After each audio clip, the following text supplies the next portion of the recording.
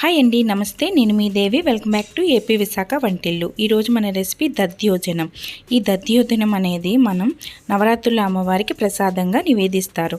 ప్రత్యేకంగా మూలా నక్షత్రం వచ్చిన రోజున అమ్మవారికి తెలుపు రంగు ప్రసాదాల్లో ఒకటైన ఈ దధ్యోజనాన్ని ప్రత్యేకంగా నివేదిస్తారు. సో మనం లేట్ చేయకుండా ప్రిపరేషన్ ప్రాసెస్లోకి వెళ్ళిపోదాం. నేను ఉడికించిన రైస్ని 2 కప్పులు తీసుకున్నాను. ఈ 2 కప్పుల రైస్ని తీసుకున్న తర్వాత ఒక గరిటతో కానీ గ్లాస్తో కానీ ముందుగా మనము మెత్తగా చేసుకోవాలి. రైస్ అనేది కంపల్సరీగా వేడిగా మాత్రం ఉండాలి. ఇలా మనం గరిటతోటి ఇలా మెత్తగా చేసిన తర్వాత ఇందులో కాచి చల్లార్చినవి, అంటే మరీ చల్లగా ఉండకూడదు, కొంచెం వేడిగానే ఉండాలి, గోరువెచ్చగా ఉండాలన్నమాట. ఆ పాలని కొంచెం కొంచెంగా వేసుకుంటూ బాగా కలుపుకోవాలి. నేను వీడియోలో చూపిస్తున్నాను చూడండి. అలా కొంచెం కొంచెం వేసుకోవడం, కలపడం.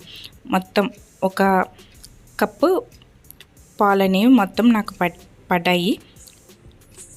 తర్వాత దీన్ని పక్కన పెట్టుకుని తర్వాత మనం ఇందులోకి పెరుగు వేసుకోవాలి.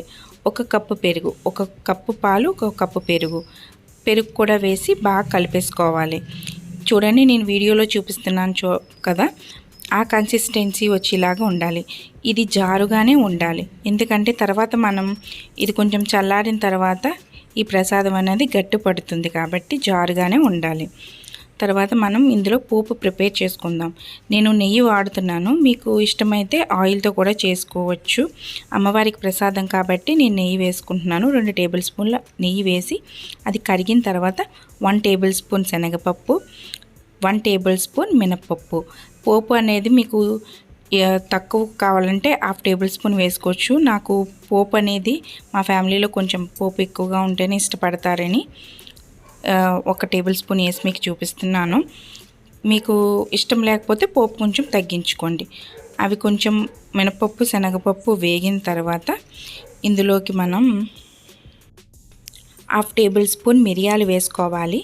మిరియాలు వేసిన తర్వాత ఇందులోకి 1/2 టేబుల్ స్పూన్ జీలకర్ర, 1/2 టేబుల్ స్పూన్ ఆవాలు, ఇవి వేసి బాగా కలిపిన తర్వాత ఇందులో మనం అల్లం అనేది చిన్న చిన్న ముక్కలుగా కట్ చేసిన అల్లాన్ని 1 టేబుల్ స్పూన్ వేయాలి. తర్వాత మనం కారం పెద్దగా ఎక్కువ లేని పచ్చిమిరకాయలు ఉంటాయి కదా, అవి చిన్న సైజు ఒక 3 తీసుకొని అవి కూడా వేసాను. తర్వాత ఎండుమిర్చి ఒక 3 వేపాకు వేసుకుని అది కొంచెం వేగిన తర్వాత ఇందాక మనం పెరుగు అన్నాన్ని సిద్ధం చేసుకున్నాం కదా, అందులో ఈ పోపు వేసేసుకొని బాగా కలిపేసుకోవాలి.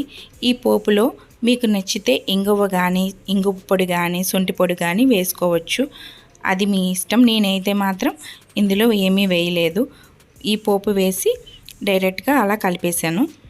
అమ్మవారికి ఎంతో ఇష్టమైన ఈ దధ్యోజనం మీరు కూడా ప్రిపేర్ చేసి ఎలా వచ్చిందో నాకు కామెంట్ సెక్షన్లో కామెంట్ చేయండి. ఈ వీడియో మీకు నచ్చిందా? అయితే ఏపీ విశాఖ వంటిల్లు ఛానల్ని లైక్ చేసి, షేర్ చేసి, సబ్స్క్రైబ్ చేసుకుని పక్కనున్న బెల్ ఐకాన్ని క్లిక్ చేయండి. Thank you so much.